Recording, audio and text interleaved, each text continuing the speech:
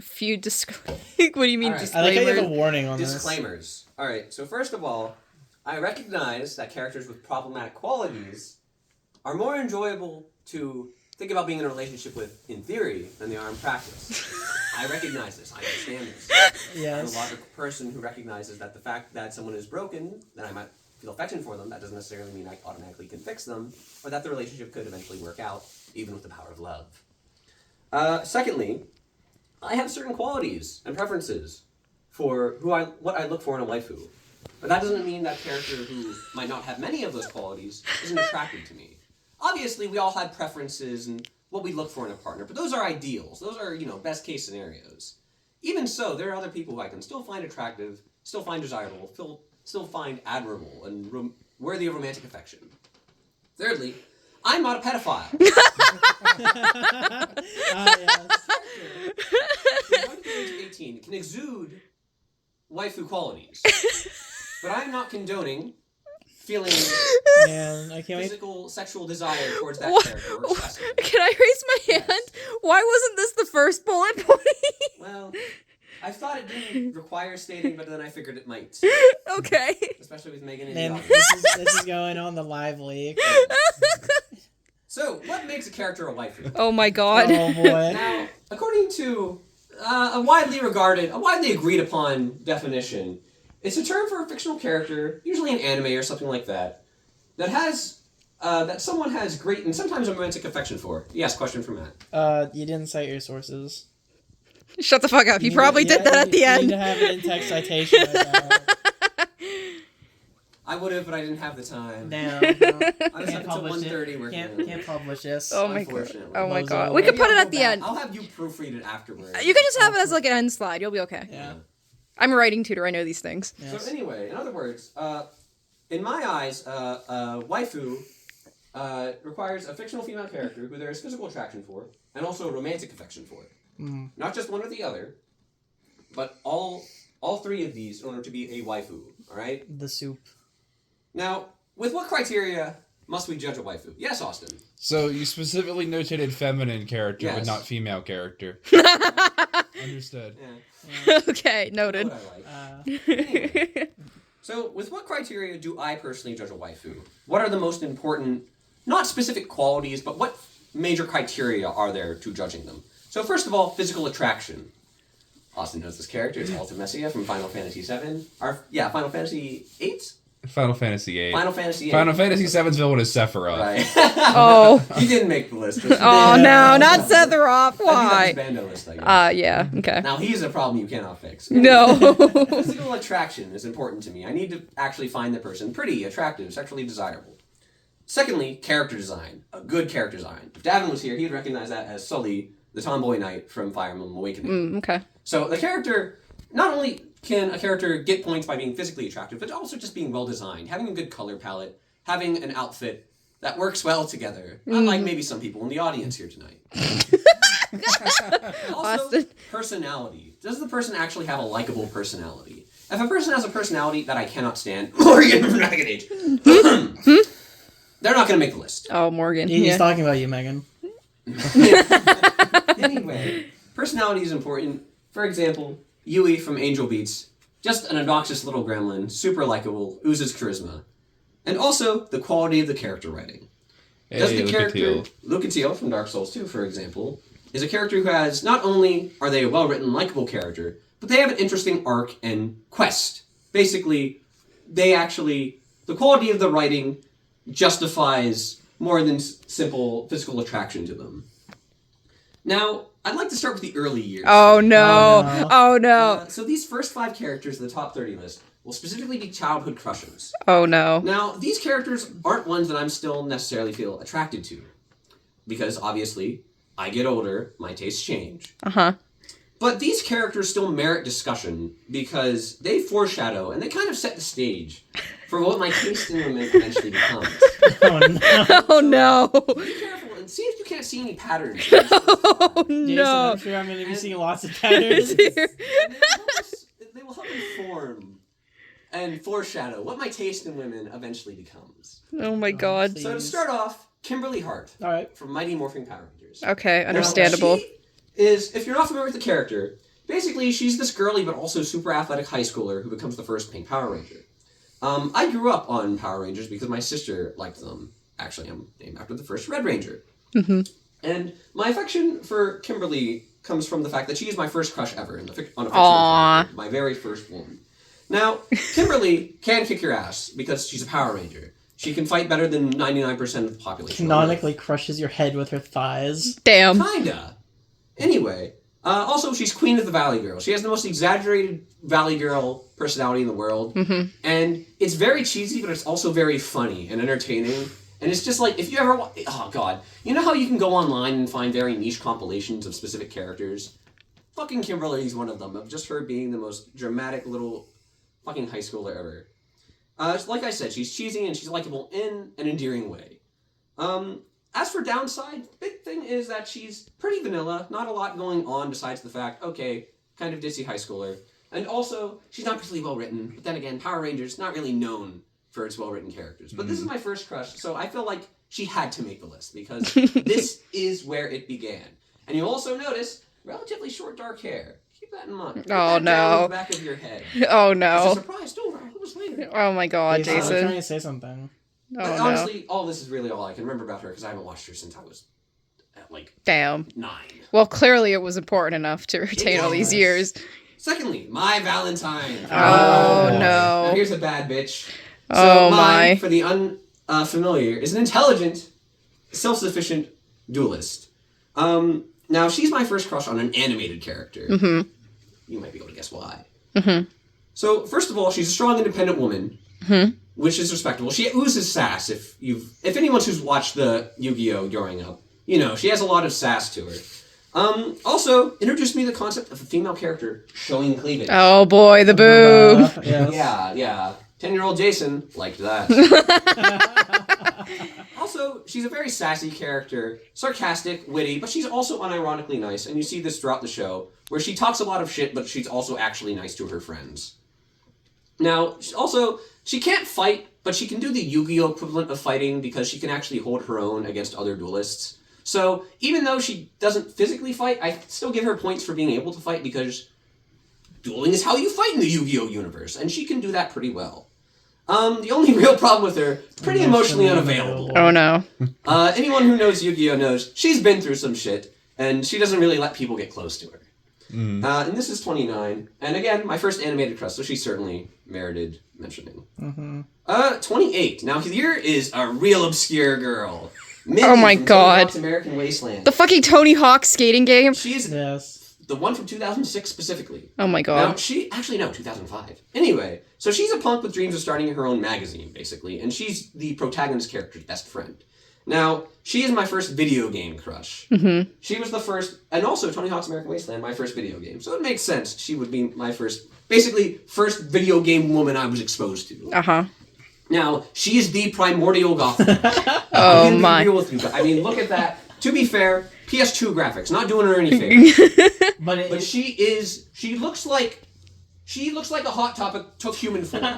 Right. She's a Hot Topic that came to life. She's the spirit of Hot Topic. If there's an avatar that embodied what Hot Topic it is, it's Mindy.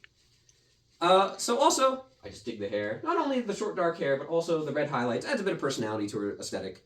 And also, she kind of has the delinquent bad girl kind of vibe. Although I will say, Minnie's kind of a bad girl in just like, I trespass and do petty crime, and I have that aesthetic. She's not a proper bad girl. She doesn't commit felonies. Not really. Okay. only has friends who can- misdemeanors. Only She misdemeanors. doesn't commit felonies. Yeah. Also, art chick, because, like I said, she has dreams of starting a magazine, so she gets points for that. Mm-hmm. She's your, basically, throughout the story, she's your, like, super snarky but helpful best friend. So it's good. So she's actually reliable and helpful, which does a lot because, you know, so often female characters, especially in video games, feel like they don't actually do too much. Mindy's like the person who hooks you up, basically. Also, weird thing, the voice actress for Mindy is also Cleo from Clifford the Big Red Dog. If any of you remember that. Cleo's like the Damn. sassy, like, poodle, basically. Same voice actress. I don't know what that means. It's just a funny, weird coincidence that I saw, and I was just like... So, by the way, I forgot to mention this. Blue, good points. Red, bad points. Purple, kind of good, kind of bad. Neutral. I guess. Yeah, neutral. Okay, got it. Maybe in a good and a bad that cancel each other out. Anyway, like I said, only real downside, PlayStation 2 graphics are not doing her any favors. You're not gonna, and also this is a character from like 2005 from an obscure video game. You're not gonna find sexy fan art of her. Thank God. Not that I look for that. Right. Anyway, Ty Lee from Avatar. Oh my God, Jason. So Ty Lee, as you all know, lovely girl, athletic, skilled martial artist, can absolutely kick ass, and also very nice for an antagonistic character. Yeah, that's true. So she is a bad girl, but she's not a bad girl. It's more like she's a good person who happens. Her friend is shit. Yeah. Yes. She got in with the wrong crowd, you could say. Yeah. Now, anyway, she's cute and she's cheerful. Got a great personality, super likable, super nice. If it wasn't for the fact that she had to like kick the protagonist's ass half the time, she'd be great, right? Yeah. Also, like I mentioned before, fighter. Well, I respect that. she's like one of the strong non-bending characters Exactly. too. Yeah. So she can hold her own in a world where there's like OP magic and still do pretty well against stronger Right. characters. And also she eventually stops working for the bad guys. So you don't need to fix her because she fixes herself because she realizes, wow, my friend is really toxic. Maybe I should get out of this. Yeah, she Yeah. gets a new friend group with the Koshi Warriors. Yes. Marie Canker. Oh my God, Okay. Jason. I know, you can see. Jason. Down bad. Oh was my. a show that I really liked growing up, and I actually resonated. The character who I resonated most with was Double D, Okay. the nerdy Ed. Yeah. Now, Marie Canker was the bad bitch who was in a non-consensual relationship with him, if you'd want to call it that. So basically, she's a local neighborhood bully, and she can kick ass because the Cankers are basically like the bad bitches who beat up even like the local bully. Yeah. So she can fight, which automatically gets her some points. Yeah, I don't think the Cankers ever lose like a Yeah. single No. time in the show. No. Also, I like her hair. It's kind of stylish. Not quite like super dark, but still like a deep blue that counts as dark. I give her Blue. points. Kind of a tomboy energy. A lot of the Cankers do that. She kind of has it. I think she has a hobby of like working on cars or something, so that's cool. She's a redneck. Yeah. Kinda. Punk girl aesthetic. I respect it. We already saw from Mindy. I'm into that. Mm-hmm. The one problem with her, she does not respect consent. Yeah. Pretty big red flag. This is one of the reasons that she doesn't make it very high, is because not only does she not respect consent, she doesn't really have a nice side. Mm-hmm. Sometimes you'll notice throughout this list, there are characters who aren't bad that I like, but those characters have redeeming qualities. This girl does not. If you want any redeeming qualities from her, you're gonna have to go look up Ed and Eddie fan fiction for that. Noted. Now, moving on to the proper list, where we really start getting into the meat and potatoes of what I like these days. We start with fucking Lycia of Lindau from Dark Souls 2. Austin, you know exactly who this woman is. I do, and I'm mildly confused. So for context, plenty of waifu characters. Not only in Dark Souls, but in Elden Ring and Bloodborne. This is the only FromSoft character that makes the list. Wow. Now for context, basically, she's a priestess who sells miracles, but also uses her status as a priestess in order to con people. In fact, throughout the game, she tries to murder you twice. Jason. I know, she's complicated. Literally, a thief, a scammer, and a murderer. Attempted murder, at the very least. She tries to kill you at least twice. Yes, Austin. She also scams you. Yes! Yes, she does. She explicitly scams you at one point in the game. But, hear me out here, guys. So there's some hints of a decent character, or at least a half-decent person. Now, first of all, she actually gives you stuff for having high faith. That's the weird thing about Lycia. She's a horrible woman who uses her status as like a cleric to con people, but she unironically still believes in her god. So it's this weird thing of like, imagine a nun who still prayed to God, but also used her nun status to like steal your money. So a Catholic? Yeah, Catholic Yes. Church. Yeah. She's a Catholic. Okay. Also, when you actually finally confront her, she admits a little bit of guilt. She's like, finally I can kill you guilt-free, basically. But that admits that she had a little bit of guilt, so maybe there's a little bit of a decent... Oh my God, person. Jason, I no. know. This is why she's high on the list, guys. She's not that fixable. I acknowledge that. That's why she's high on the list. Also, at one point she calls you "you lovely thing." And I like that. Oh no. But look, yes, Austin. If that's your bar, Sweet Shalquar is like a couple steps over. Look, Austin. For some people, a cat will do. For me, it will not. Right? Oh my God. And to be perfectly honest, something about a moderately charming woman who just has countless blatant red flags kind of does it for me. That is not a good thing, Jason.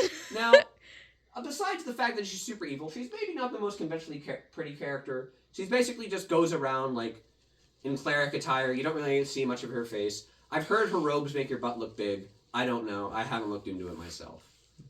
Or have you? Very haven't. closely. I was looking for more lore about her. I was looking at the item description of her robe, and in the comments, someone said, "When you equip this robe, it makes your butt look big." That's all I know. Great. Nothing. Go on. Moving on to the next character on the list, Farah from Overwatch. Okay. Now, Farah, she's a military brat turned security officer. Matt, you're very familiar with her. Yes. She has great hair. Love the hair. Her hair is wonderful. Not only short and dark, it's kind of stylish. It's like just different enough to be distinct. I'm into it. Also, she has a pretty cool design. The whole like almost Gundam mech-esque art, like body armor. Yeah, pretty sweet.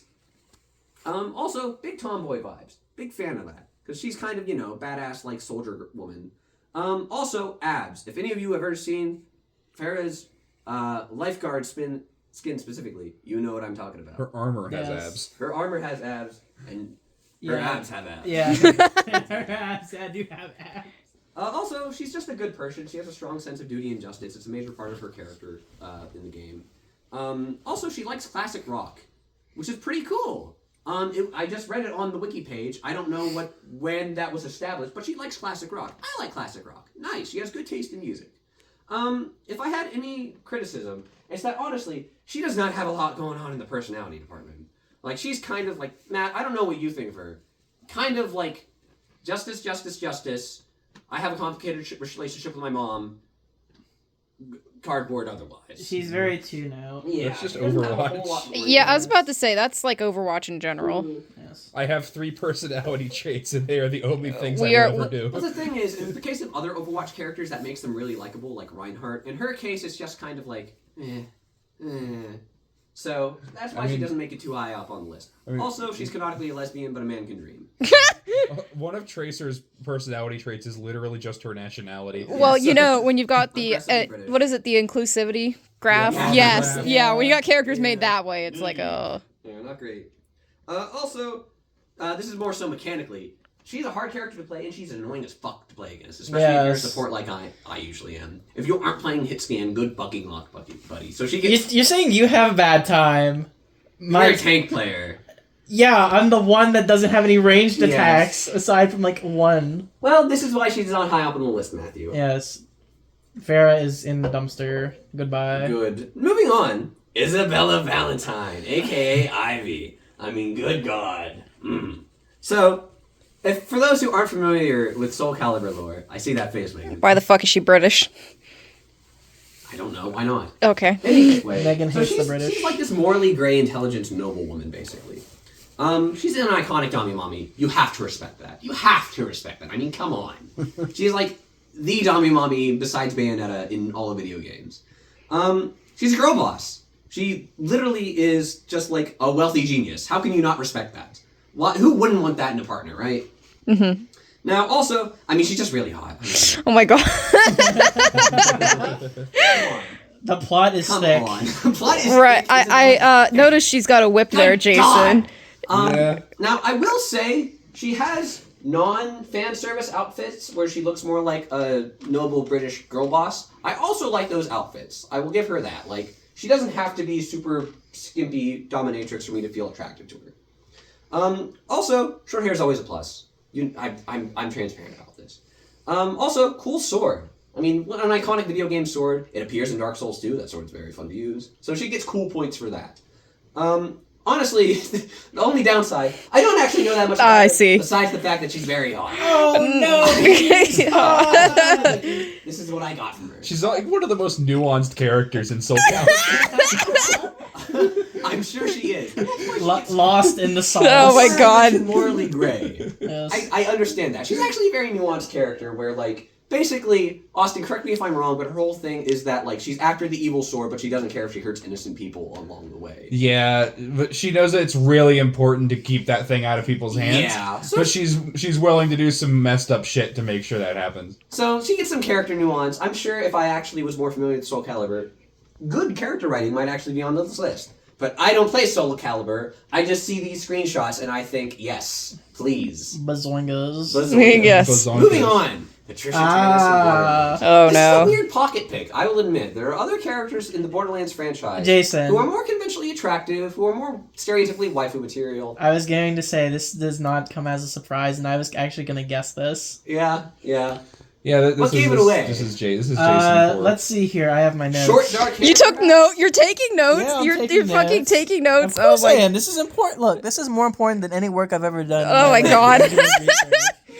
So short dark hair, she instantly gets fucking points for that. For those who aren't familiar, basically she's this scientist who's like the foremost expert on the basically the forerunner equivalent of Borderlands. So she's also she has quirky dork energy, very likable in that way, and sort of like honestly kind of a girl failure, and that's kind of part of the charm, to be honest, because she's so fucking socially incompetent that it loops back around to being kind of charming.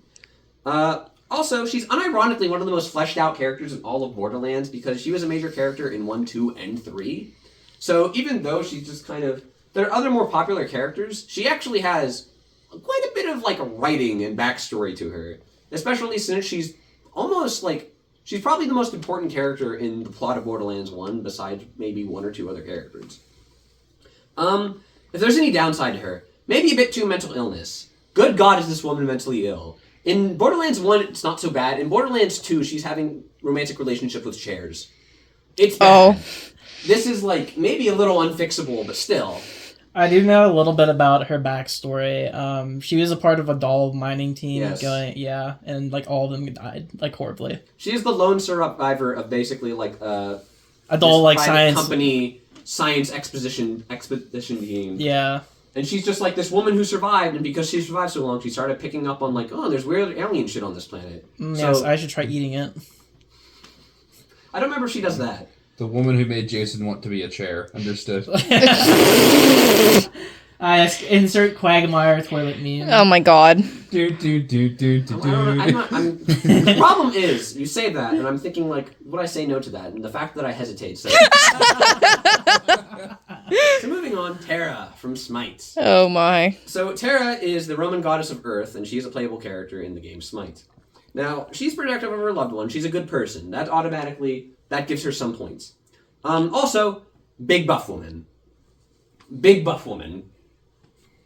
Mm-hmm. What more do you want me to say? Mm-hmm. Also, very much a MILF. Huge MILF energy. I'm all for it. I like it.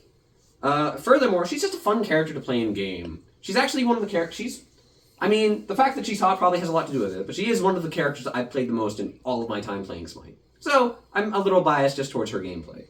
If there's any sort of downside to her, it's that Smite's not known for its extravagant lore, so she doesn't have much way in the character writing. But in terms of aesthetic, in terms of attractiveness, in terms of personality, no complaints. Now, moving on, Silja from the Outer Souls Skyrim. I know, this is a weird. Wait a minute. Weird pick. Isn't this the divorced woman? No. No? This Okay. is not the divorced woman. Okay, good. I feel like... So, Yeah. for reference, she's the one miner who lives in Shorestone. Yeah, She's that's the right. one lady miner in Shorestone. Don't you have to deliver a package to her? Yes. Okay, that's going to come up on this. Don't you worry. Okay. So, she's definitely a bit of a tomboy, which gives her some points because she works in a mine, right? Mm-hmm. She kind of has to be a bit on the athletic sort of... Blue collar, you know. Yeah, blue collar. Well, actually, she's a blue collar breadwinner. Yes. Where's the fucking sweater? I can't find the sweater. Never mind. I was gonna pull out the future MILF thing because, I male wife this. I respect that. Mm-hmm. She owns a house, for God's sake. She's a homeowner. In today's economy, that's a lot. Yeah. And on her own income, by the way. Now, also, dark brown hair. It's Chuck Martin. Gotta be honest there. Mm-hmm. She has a nice voice. Some of the Skyrim voice actors do a pretty good job of they sound sweet. Her voice actress is one of them. If there's any downside, it's her tedious fucking personal quest. Because her personal quest is you go to town and she's like, hey, can you take this package to my parents, one town over? And you go to her parents and you give them the package from her. And the parents are like, actually, we have a package for her. Can you take it back to her? So you have to go fucking back and you talk to her. And she's like, okay, thank you. And then you get the ability to marry her. And also, for whatever reason, her mom is a potential companion once you complete the quest. So if you wanted to, you could make her mom the steward of your house, so you could have the mom and daughter together, which is kind of neat. I didn't know that. To like not keep the family apart, but then the dad's still working in the mine, so it feels weird Oh, to do it. good lord. Just thought I'd mention. That's it. like indirect cucking somehow. Like, I don't like That's that. a little complicated. But like I don't. But it's only the one wife. It's just the mom can come along too if you wish, but she's just gonna help you fight like. Just walk into the dad's house. I'm taking your wife. And your daughter. Oh my god. Yeah. That's not why Jesus. she's on the list. That's not. I'm not into that either way. Oh lord. Yes. Also, she's generic in a way that 95% of Skyrim NPCs are, Yeah. so that's kind of a downside. Next, here we're starting to get into anime characters. Nagisa Aizawa from My Monster's Secret. I don't know if any of you have ever watched it. Probably not. It's a harem anime, but it's not that bad for a harem anime. I'll say that. I know that's not saying much, but it's true. Anyway, so just for context of the character, basically she's this very stern class representative who's secretly an alien who comes from like a military, basically like a military, not dictatorship, but a military power, let's say. Okay. And she's definitely a good person because she has a crush on one of the major characters, but even despite that, she's like, no, I need to wingman for him because I care about him, which is a good personality trait. Also, she has a tough side thanks to her personality training. I respect that. That's cool. Furthermore, she's a tsundere. I like tsunderes. Oh no. Simple mind, simple pleasures, alright?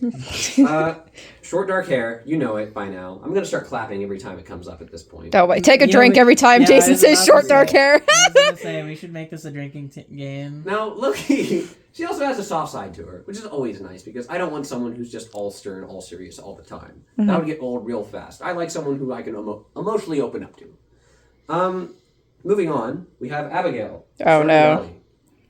Now, Abigail is a rebellious young woman with an adventurous streak, and she's one of the bachelorettes that you can marry in Stardew Valley. It's worth mentioning, she's the only Stardew Valley character on the list who I didn't marry in my playthrough, but I still figured she has enough good qualities that she merited making it this far on the list. So I genuinely have a lot in common with Abigail's, and that's a big reason why she's on this list. First of all, she's a gamer. She literally has a poster of Chrono from Chrono Trigger in her room. You literally one of the ways you bond with her is by helping her get through a level of a fucking like, what is it, Journey of the Prairie King or whatever? Yeah. Basically a video game, which is also neat. Furthermore, she likes watching horror movies. I like watching horror movies. She likes watching horror movies. Cool. Shared interest.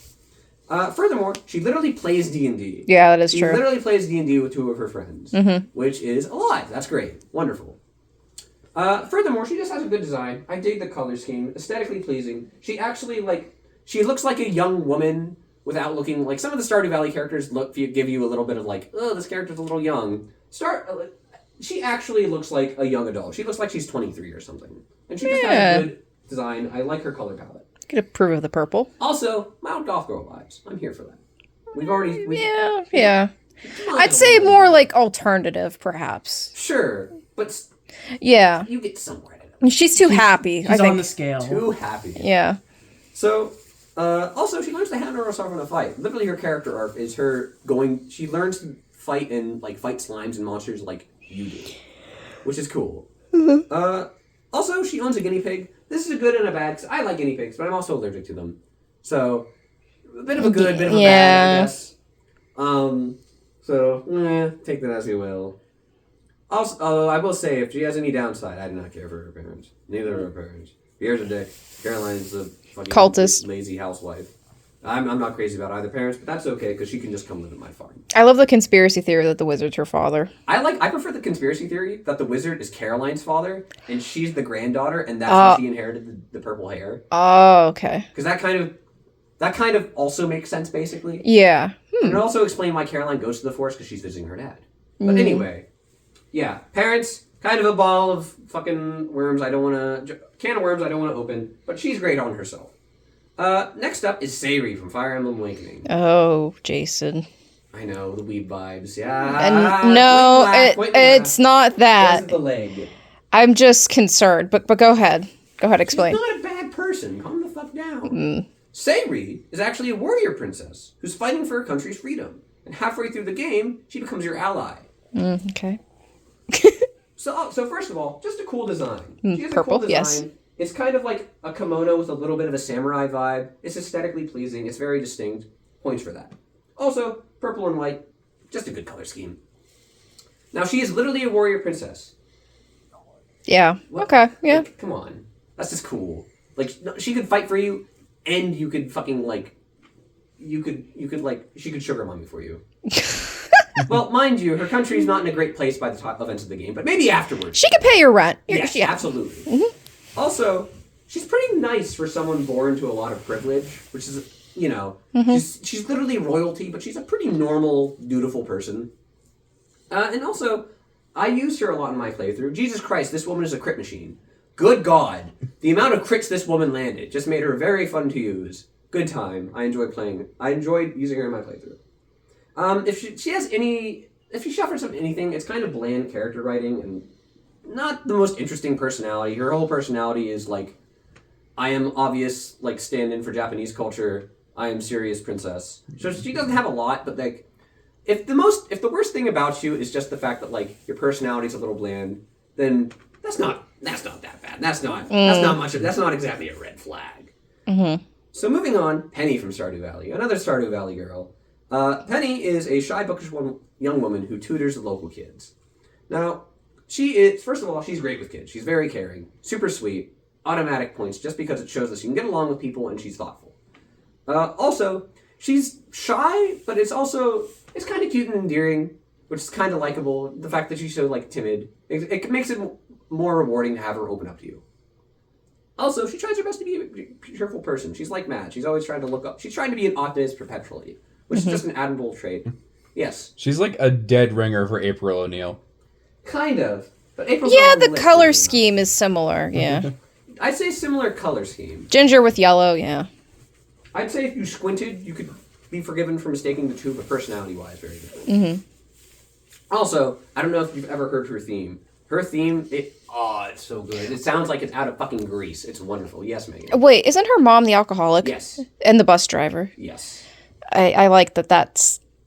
Well, I'm pretty sure that comes up on this. If not, I should kick myself because, although to be fair, you do get her out of that situation and you can kind of help start to fix the mom.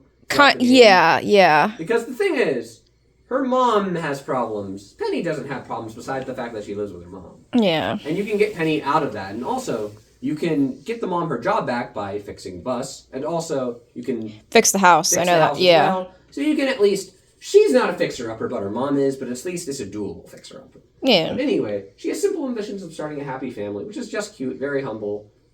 She's someone who's like, yes, you will eventually marry this person. She is down for that. She can't cook for shit, however. That is a repeated plot point with her. So, I don't know what we do with food. I guess I'm already learning to cook, so it wouldn't be that big of a deal. Get the rice cooker. She cannot fucking cook for shit.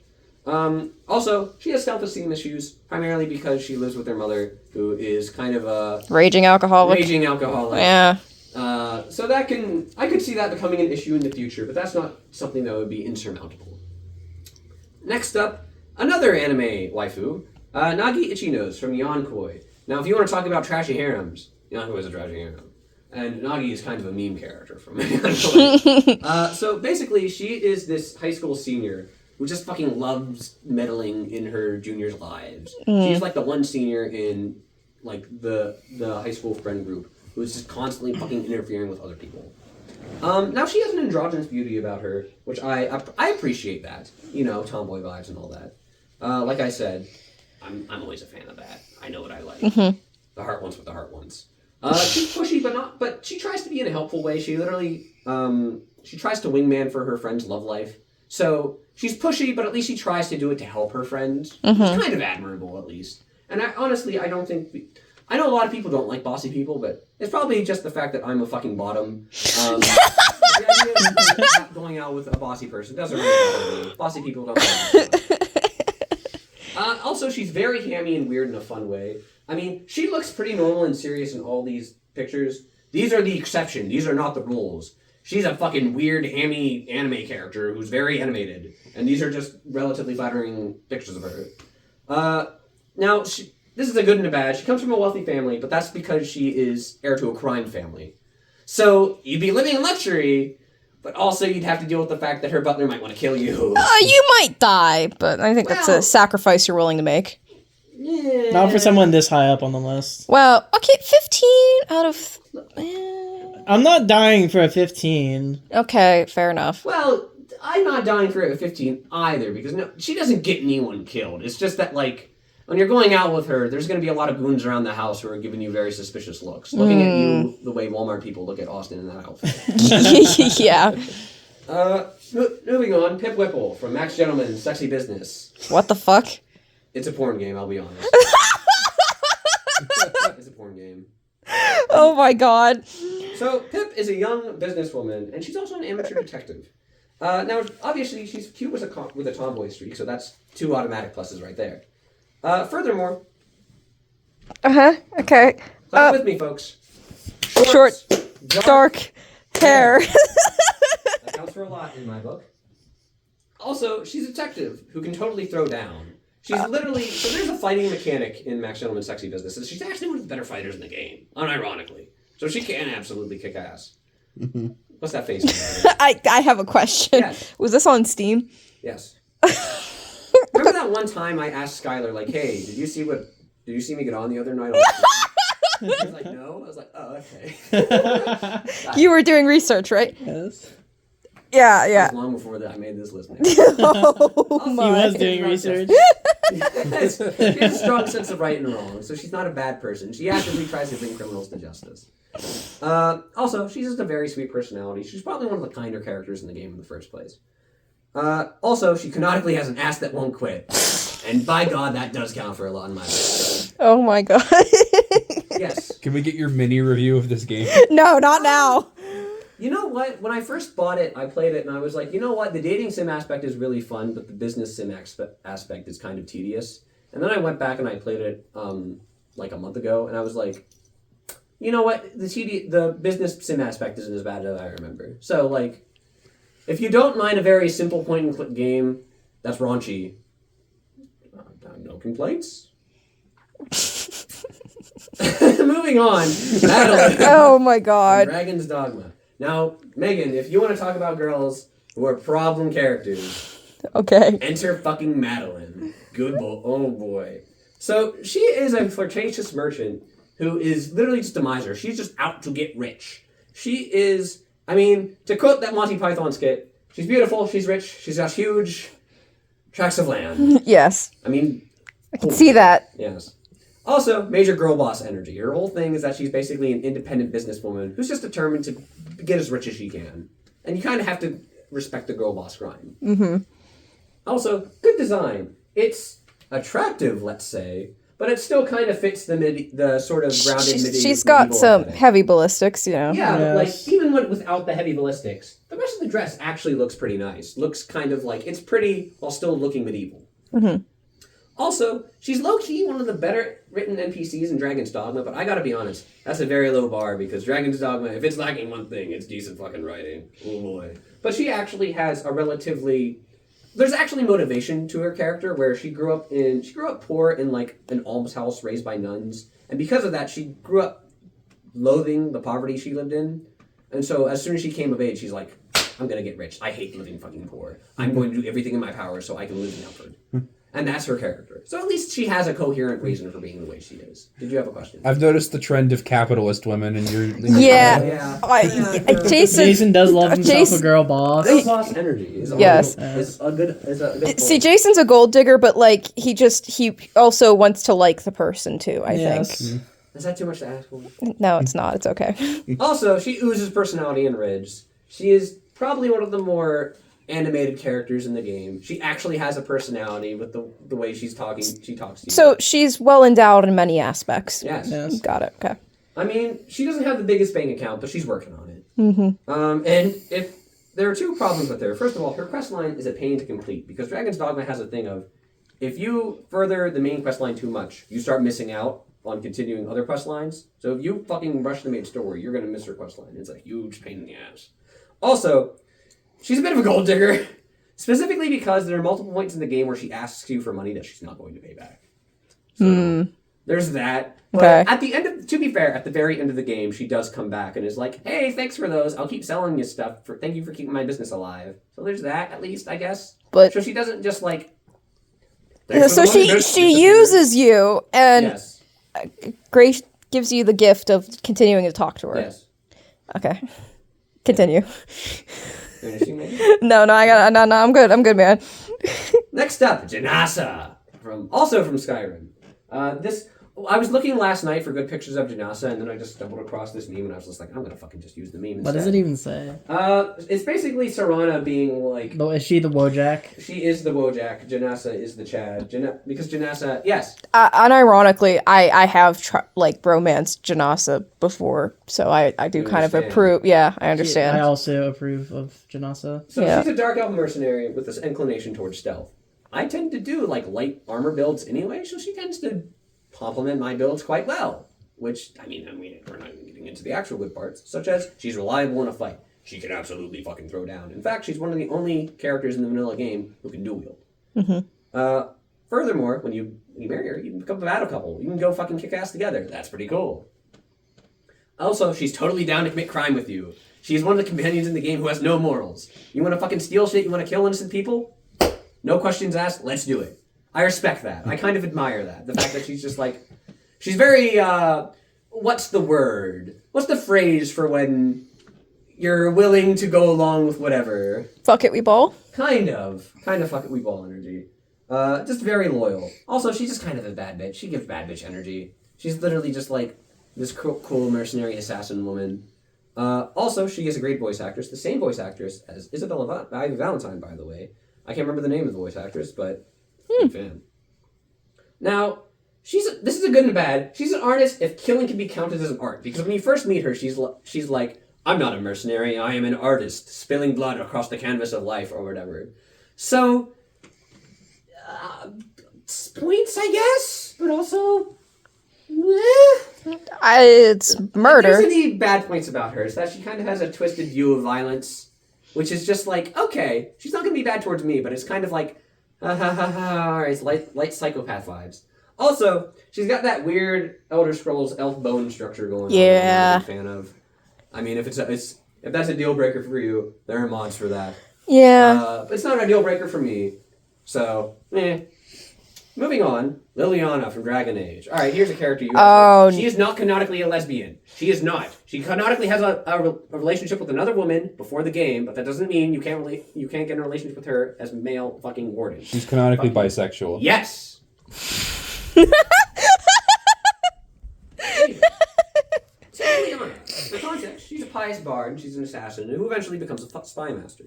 Now, she's actually, Dragon Age, famous for its good writing. Liliana, no exception. She's a very layered and nuanced character. She has a lot going on, but she still feels like she has this coherent character of okay, she was an assassin, but she has a very pious side. So she's actually a pretty well-written character. Furthermore, she's pretty nice for an assassin. In fact, she has the strongest morals of anyone in your party in the first Dragon Age game. So she's just a good person. She's just you know what? Maybe we shouldn't randomly murder people. Maybe we should do the righteous thing. So she's not problematic like some of these other characters who you've seen on the list. She's actually a moral person. Furthermore, she's a badass, but she also has a soft side. She can absolutely kill people. She can absolutely be an assassin. But she has a romantic soft side that she opens up to you as you romance her in the first game. So here's a good and a bad. She's righteous, or she's religious, but she's not pushy about it. Which is better than some other characters. Better than what can be said for other characters. Yeah, she's religious, but she's not super in your face about it. Also, she's pretty progressive considering the religion she follows. Moving on. Oh, Haley, no. Yeah. Really? Yuck. So Haley is a very confident young woman with a penchant for fashion and photography. She is one of the bachelors in Stardew Valley. And she loves to bake. It's actually one of her more subtle personality traits, but she's a big fan of cooking. Furthermore, she takes good care of her appearance. She cares a lot about her appearance. She constantly does her best to look nice. I like someone who looks nice. Sue me. Now, also, she becomes a better person as your relationship with her grows. In fact, you don't even need to romance her for her to become a better person. You just need to befriend her. And yeah, I know. Jason, you shouldn't have to fix her in the first place. I like what I like, all right? You like He wants the challenge. He likes being abused, apparently. Yes. In fact, if you marry her, when you max out her hearts, it literally culminates in her hosting and organizing a charity event. That's her 14 heart event. She literally starts a cake drive to afford books for the local kids. So she straight up. How many charity events have you organized and hosted, Megan? I That's mean, what I fucking thought. I haven't hosted them. I've participated. I've worked at the YPC. Also, when you get married to her, she's down bad for you. Oh my god. Like, there are multiple lines of dialogues where she's just like, Nan, when we get home. Oh my. So, it's just nice to actually feel wanted by your partner. Yeah. Didn't mean to hit home there, Megan. It's okay. So, like I said, I'll acknowledge this. She starts as a mean and very superficial person. So she's a bit of a fixer-upper.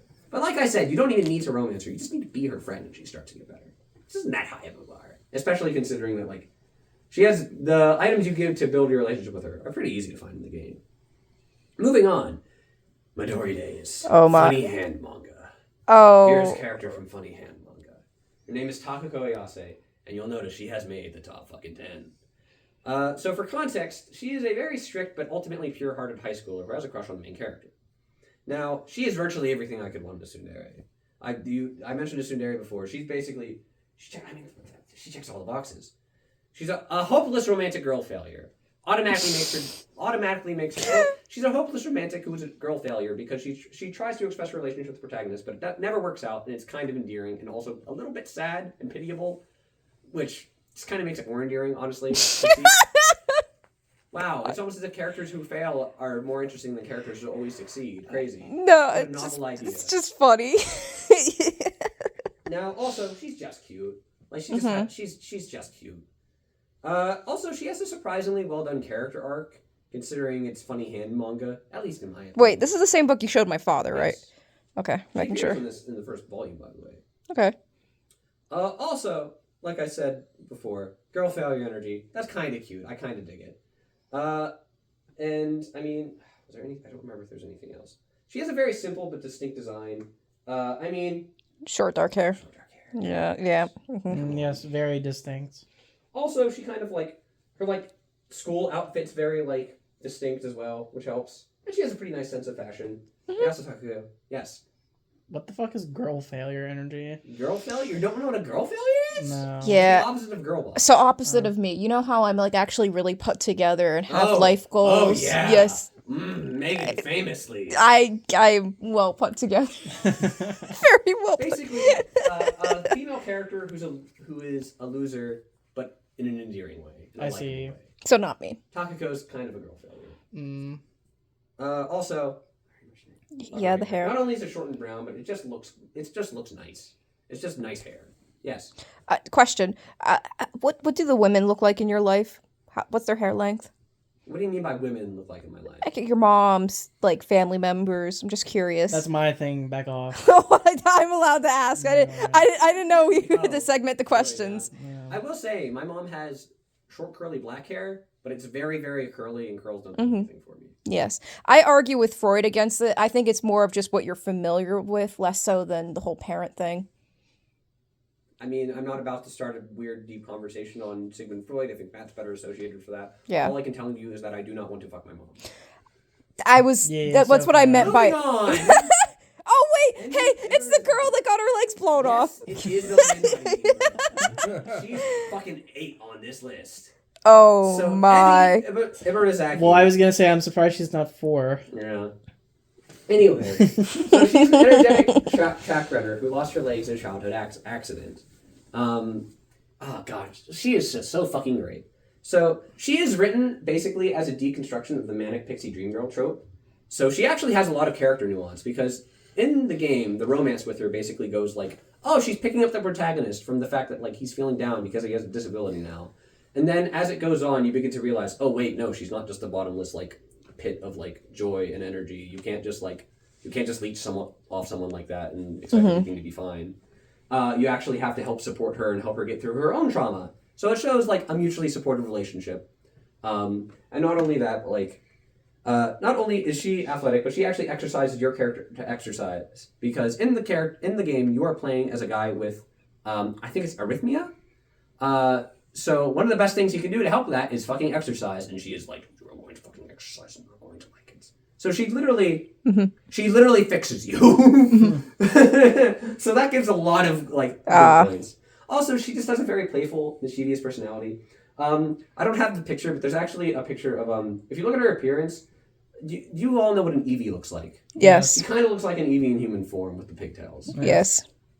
Also, I mean, come on, she has an adorable design. She's just cute. For reference, she's 19. She's 19. So that's coming. Throwing later. it out there. She's coming. That's coming later in the list, right? What is? You know. Eevee? No. Not being 18. I don't know what you're talking about, man. Oh. Anyway, if anything, she has a bad habit of putting up emotional walls because of the trauma of her losing her legs, but ideally, in the successful romance with her, you help break those walls down. Yes, Austin. How did the landmine thing happen? It wasn't a fucking landmine. She wasn't trying to fucking not cross the North Korean border. For context, her backstory is that in a childhood accident, she got in a car accident with her dad. She lost her legs. Her father lost his life. Okay, so she didn't literally step on a landmine. No, that's just the meme, but it is really funny. But anyway, the whole emotional walls thing is the fact that she doesn't open up about the trauma of that. And so the successful romance is her opening up about that stuff and you being supportive of her. The North Korean toll takes a heavy toll. Next up, Piper Wright from Fallout 4. Why am I not surprised? Look. Where's Curie? You know what? The robot thing was a deal breaker. I'm sorry. Really? I don't want to fuck a robot. Wow. I will not fuck the robot. Okay.